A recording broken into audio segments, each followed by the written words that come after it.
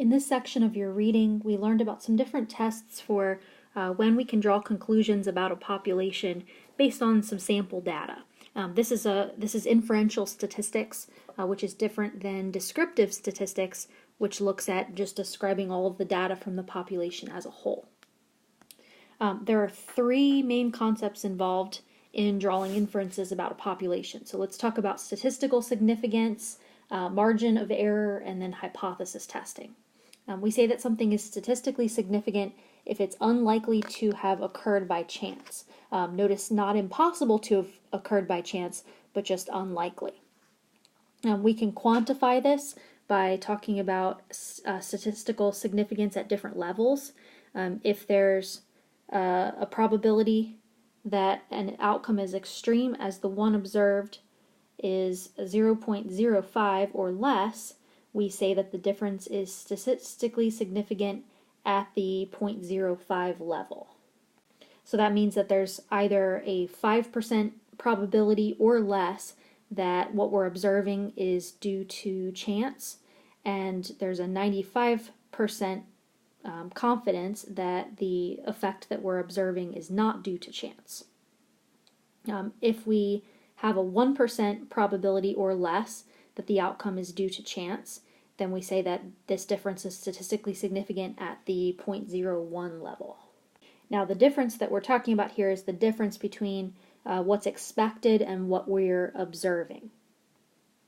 And we won't get into the statistics or the calculations as to how we decide how significant something is or what that probability is, but our goal is just to simply look at what level of confidence we have and then whether or not that counts as statistically significant. So if something has a 5% probability of occurring by chance, then we have a 95% confidence that it is not due to chance. But let's talk about a margin of error for that confidence. So earlier in your reading, we looked at polling results, and we said that for example, like if there were a candidate who had 46% of the vote in a poll, but we had a margin of error and we had a confidence interval of plus or minus 3%, then we had a confidence interval of 43% to 49%. Right? And we didn't get into the methods of at that point in time of how that interval was calculated, but we're ready to do that now. We find this margin of error based on the sample size, right? And there is a more technical calculation, but this is an approximation. We can approximate the margin of error as 1 divided by the square root of the sample size. So let's say that we poll 4 people, which you should be expecting that we're not going to be very confident about these results. But let's say you poll 4 people and 50% of them say that they're going to vote for some candidate, person A. Okay, so how confident are we that that's accurate? All right, or that would reflect the population at large. All right, well, our margin of error would be 1 divided by the square root of our sample size, which was 4 people, right, which is 1 divided by 2, or 0.5. Okay, so what that means is that our confidence interval, we would have to add or subtract 50% from what we observed. So that would mean that our 95% confidence level would run from 0% to 100%. So that really tells us nothing if you just poll 4 people. Now, let's say you poll 2,500 people instead.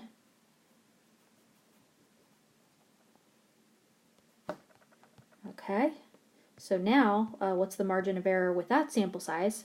Well, 1 divided by square root of 2,500 is 1 divided by 50, which is 0.02, right, which is 2%. So now we have a confidence interval from 48% to 52%. Right, so this is much better, of course, because the sample size is larger. So now we can be 95% confident that candidate A will have 48 to 52% of the vote in the population, based on this 50% result that we got from our sample. Now, let's say I want to reduce the margin of error from 2% to 1%, all right, which means I want to cut the margin of error in half. All right, so I want to take this margin of error, 1 over square root of n, and I want to divide that by 2, which means multiplying by 1/2. So what I want to do is have this become 1 over 2 square root of n, okay? All right, so that would cut the margin of error in half. And then let's back up one step further. So what sample size would we need in order to make that happen? All right, well 2, stick with me here, 2 is the square root of 4. All right, so, and we can multiply square roots together, so this is the same thing as 1 over the square root of 4n. Right? So what this is telling us is that in order to get a margin of error that's twice as small, right, or half of what it was, I need to quadruple the sample size because of that square rooting effect. Right? What if I have a margin of error of, say, 3%, and I want to cut that in thirds? Okay, so I want to cut it down to 1% from a 3% margin of error. So that would be 1 over 3 square root of n, all right, and 3 is the square root of 9, so I would actually need to multiply my sample size by 9 in order to reduce the margin of error by 2/3. Now let's switch gears to hypothesis testing. So typically with inferential statistics, you would have a population. From that population, you would draw a sample, and then you would formulate some hypotheses to test. All right, so there typically wouldn't be a statistical study at all or a sample drawn if you're not trying to prove some sort of a claim or give evidence that something is valid. All right, so what we need to do is to test the hypothesis. And there are statistical tools to do that, and if you go on to take a statistics course, you would learn in more detail what those things are. But what we need to talk about the null hypothesis, right? And this is the starting assumption for a hypothesis test. And typically the null hypothesis often states that there is no special effect or difference. All right, so let's say that we're trying to decide whether or not some sort of medication has the ability to treat a disease. All right, so we might say that the null hypothesis is that the medicine has no effect.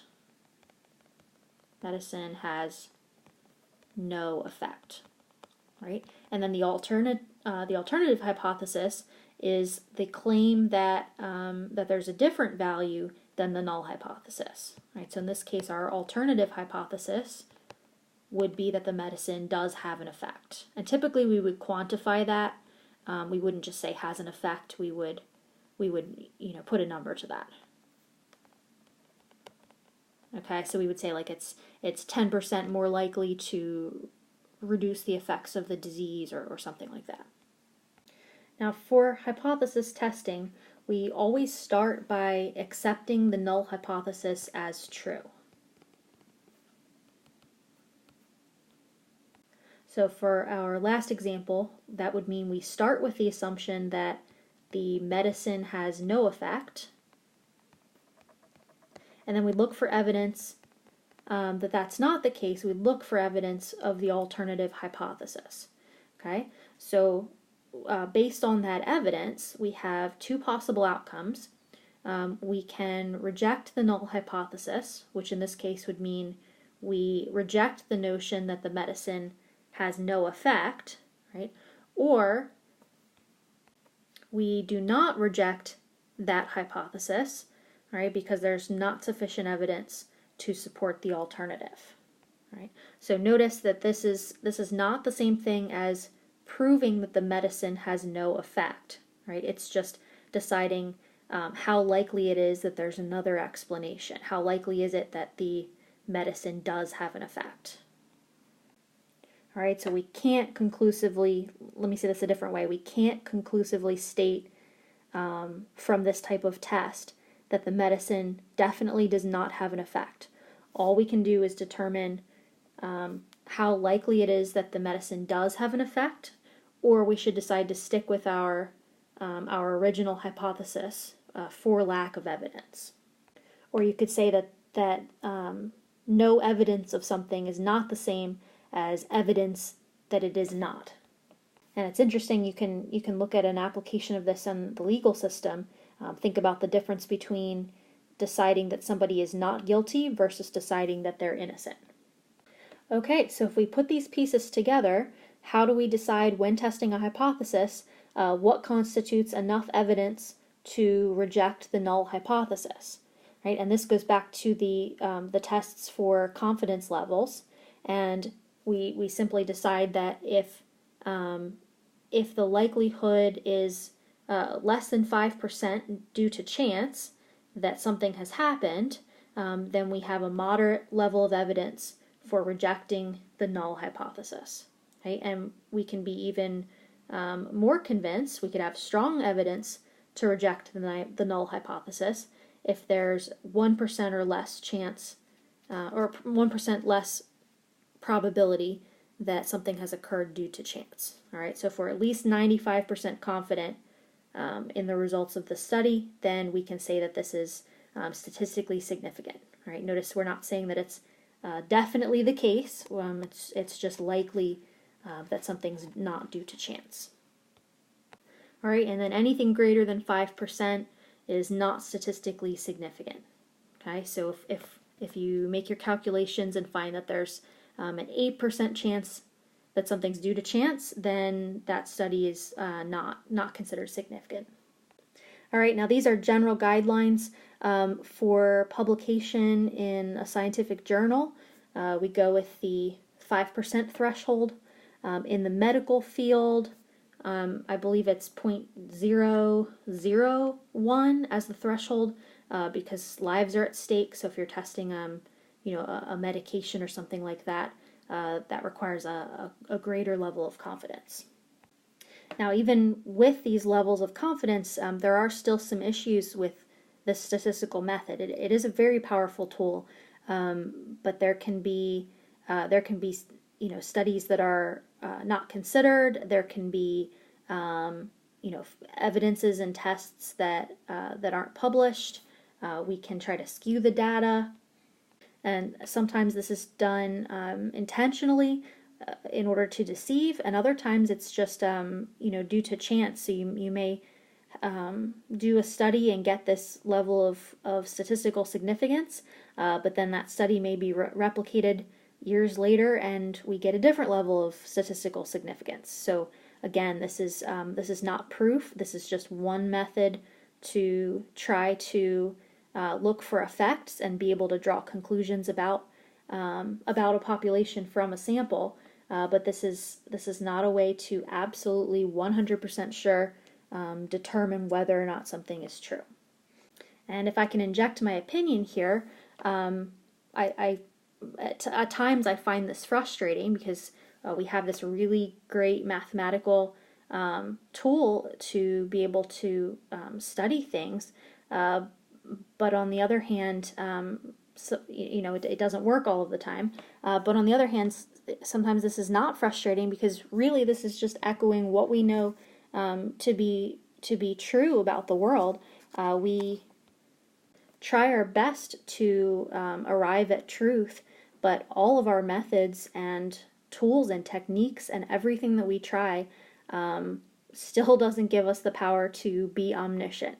And as Christians, that really shouldn't be surprising. It's just echoing what we know from Scripture to be true. So I think if we place all of our confidence in mathematical tests like this, then of course we're going to be disappointed when it doesn't work out. But if we simply acknowledge this as a tool that God has given us in order to try to arrive at truth, then I think perhaps it's less frustrating when the tool doesn't work out, because it's just confirming for us that that we as humans are not perfect and we're not all knowing.